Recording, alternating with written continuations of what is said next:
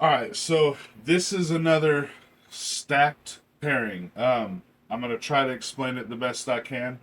This is a Super Labyrinth Hypo, and she is possibly hit for VPI. Um, she's got a couple pieces of substrate there, had me worried for a second. So this is another one where we're honest at this shop. This is not the most puppy dog snake. If I reached in right now, she's gonna tag me. She's a little bit enclosure defensive. Could I get a snake hook?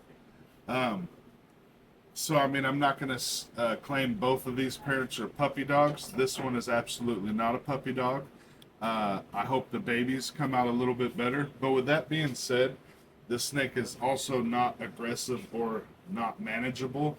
You just have to approach it certainly, or you have to approach her differently.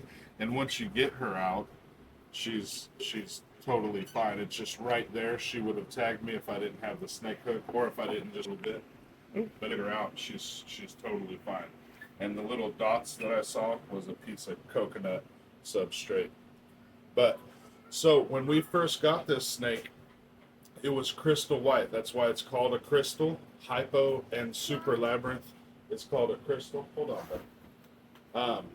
And one other note is the eyes. Get close to the eyes. I got some good images of her face. This girl's eyes are ridiculous.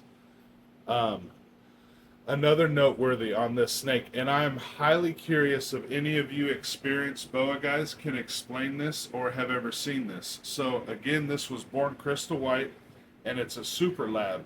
So when the patterning started to come through, it actually looked like she was getting burns. And I took her to the vet. That's actually how I met the vet that we use currently, because I didn't know what was going on. He also thought they were burns. I honestly don't think he believed me when I said she was in a rack system and burns were not even a possibility. So we treated them like burns. They went away, and I have not ever been able to find out. A good friend of mine that is really competent in the boa world thinks that it's genetic because of the super labyrinth and the hypo. He thinks it was something with the melanism and the genes developing that made it look like where her patterns are, made them look like burns at first. Again, he's not too sure about that. That's just his educated opinion. And I'm definitely not going to argue with it because I can't explain it either. But since then, this girl has been perfect health wise. And always, like I said, a little bit of feisty in the enclosure, but once you get her out, a pleasure to handle. And one of the better looking snakes. So back to the genetics on this. This is a super labyrinth and a hypo, and I'm going to show you what we're pairing her up with and why. Again, she's possibly het for VPI.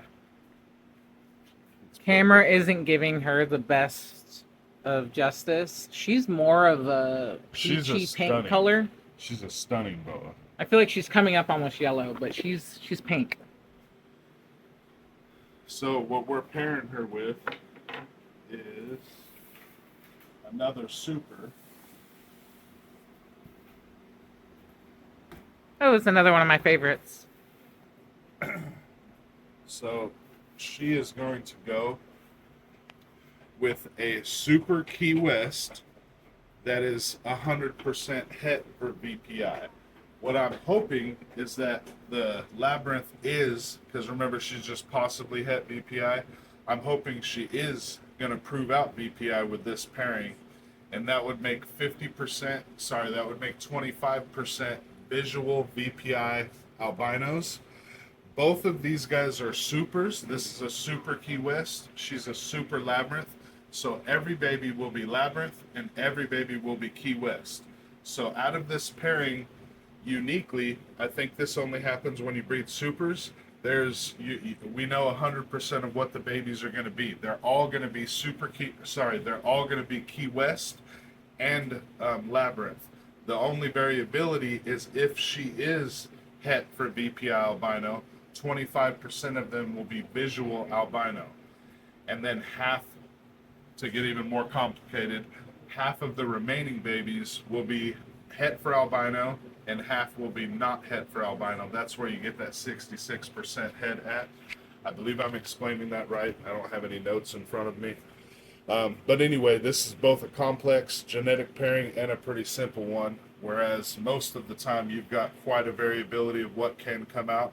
Only a couple things can come out of this pairing, and we're hoping to prove genetics on one of those. Health and temperament wise on this male, absolutely stunning. Bannister Boas is who we got this male from. He's got some top of the line stuff, and this is not an exception. Have been more than happy since we've gotten him. He's very handleable, very chill, very healthy when we got him, and we've maintained him that way. Can't say enough good about this guy.